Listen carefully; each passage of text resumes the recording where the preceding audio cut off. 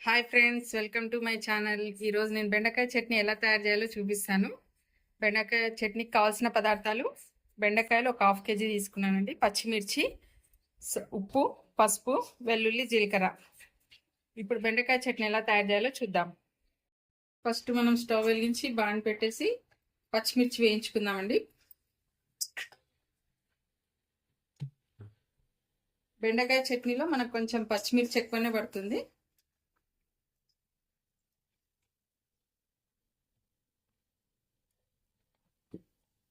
మిరపకాయలు బాగా వేయించుకుందాము.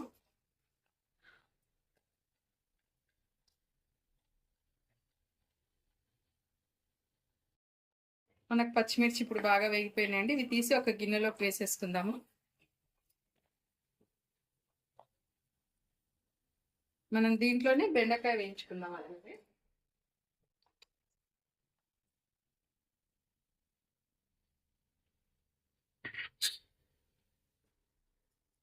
బెండకాయ ఇట్లాగే మూత పెట్టకుండా వేయించుకోవాలండి, లేకపోతే జిగురు వస్తుంది. మూత పెట్టకుండా ఉంటే జిగురు పోతుంది మనకు మంచిగా.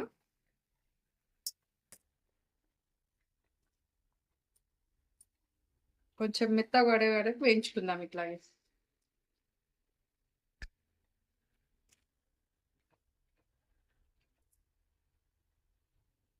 కొంచెం మనం ఇలాగే వేగనిద్దామండి, మెత్తబడే వరకు మధ్యలో మధ్యలో కలుపుతూ ఉంటాము.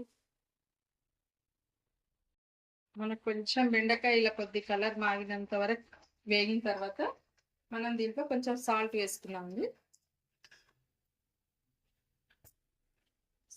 సాల్ట్, పసుపు, చింతపండు.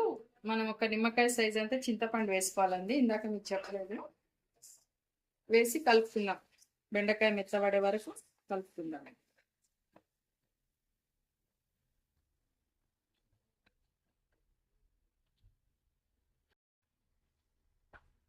ఓకే అండి, మనకు బెండకాయ ఇలా మెత్తగా వేగిపోయింది. ఇలా మెత్తగా అవ్వాలండి, ఎందుకంటే పచ్చివాసన మొత్తం పోతేనే బాగుంటుంది బెండకాయ. మొత్తం వేగిపోయింది. ఇప్పుడు నేను స్టవ్ ఆఫ్ చేసేస్తున్నాను. ఒక గిన్నెలోకి తీసుకొని చల్లార్చుదాం ఫస్ట్.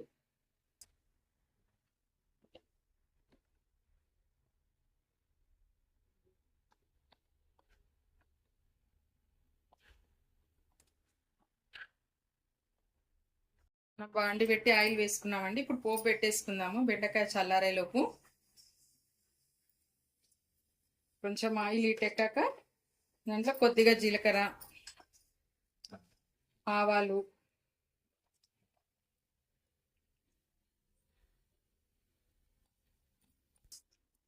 జీలకర్ర కొంచెం చిప్పట అన్నప్పుడు రెడ్ మిర్చి,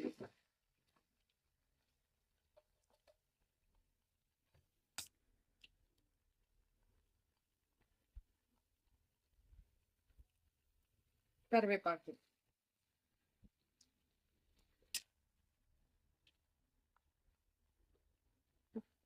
మనం స్టవ్ ఆఫ్ చేసేసుకున్నాము. దీంట్లోనే కొత్తిమీర వేసేసుకున్నాం. దీంట్లోనే మళ్ళీ కొత్తిమీర వేసుకున్నామండి.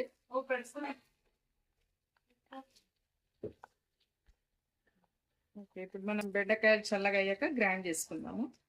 మనం జార్ పెట్టేసుకుని జార్లో ఈ బెండకాయలు, పచ్చిమిరపకాయలు వేయించి పెట్టుకున్నాం కదండి, అవి వేసి గ్రైండ్ చేస్తున్నాము. బెండకాయలు ఇప్పుడు ఆల్రెడీ మనం పసుపు, ఉప్పు దాంట్లోనే వేసుకున్నాం కాబట్టి వెల్లుల్లి, జీలకర్ర వేసేసుకున్నామండి. ఇప్పుడు గ్రైండ్ చేసుకుందాం మనము.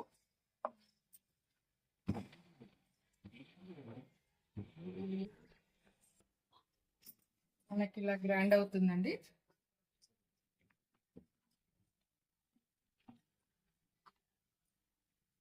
మనం దీన్ని తీసేసుకుందాము. మరీ మెత్తగా కూడా ఏం చేసుకోవద్దు,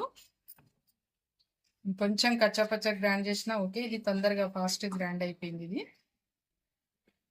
ఒక 2-3 చుట్లు తిప్పి ఇట్లా తీసేయచ్చు. ఇది కొంచెం ఎక్కువైందని మీరు కచ్చపచ్చగా చేసుకోవచ్చు. ఇప్పుడు మనం దీన్ని బెండకాయని పోపులో పెట్టేసుకుందాము.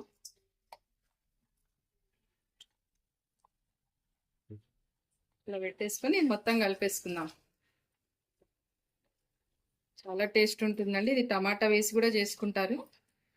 టమాటా వేయకుండా మీరు ఇట్లా సింపుల్గా చేసుకోండి, చాలా బాగుంటుంది టేస్ట్. వేడి వేడి అన్నం, నెయ్యి, బెండకాయ పచ్చడి వేసుకొని తినాలి. చాలా టేస్ట్గా ఉంటుంది.